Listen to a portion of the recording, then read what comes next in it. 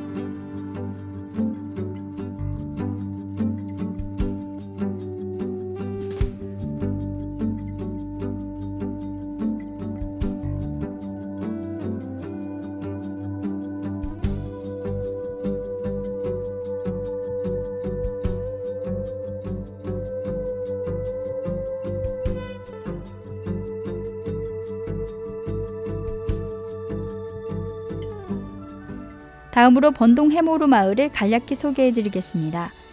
북서울 꿈의 숲 서문 주변에 위치해 있고 5개 동 430세대가 살고 있으며 마을에는 다양한 연령층이 살고 있고 문화적 욕구가 높아 입주자 간의 커뮤니티, 이웃과의 화합, 봉사활동 등 공동체 활동이 활발히 이루어지고 있습니다. 그럼 해모루 마을에 벌어지는 각종 활동들을 살펴보겠습니다. 입주민의 화합과 단결을 위해 주민화합잔치를 매년 9월에서 10월 중에 실시합니다. 또한 기부 참여운동에도 적극 참여하여 장학금 기탁, 불우이웃을 돕는 만원의 행복, 도서기증 등을 하고 있습니다. 주민 자율활동으로는 식목행사, 어린이 벼룩시장, 녹색 알뜰장터 등이 있습니다. 마을마다 자치구마다 다른 형태로 마을 공동체 회복 사업이 추진되고 있습니다. 다시 말씀드리면 마을 공동체의 모습은 그 어느 하나로 정형화될 수 없습니다. 왜냐하면 마을마다 다양한 인적 물적 자원이 있고 문화와 전통도 다르기 때문입니다. 반가운 이웃, 함께 사는 마을, 살고 싶은 강북을 위한 마을 공동체 회복 사업 추진에 구민 여러분의 많은 관심과 성원을 부탁드립니다. 감사합니다.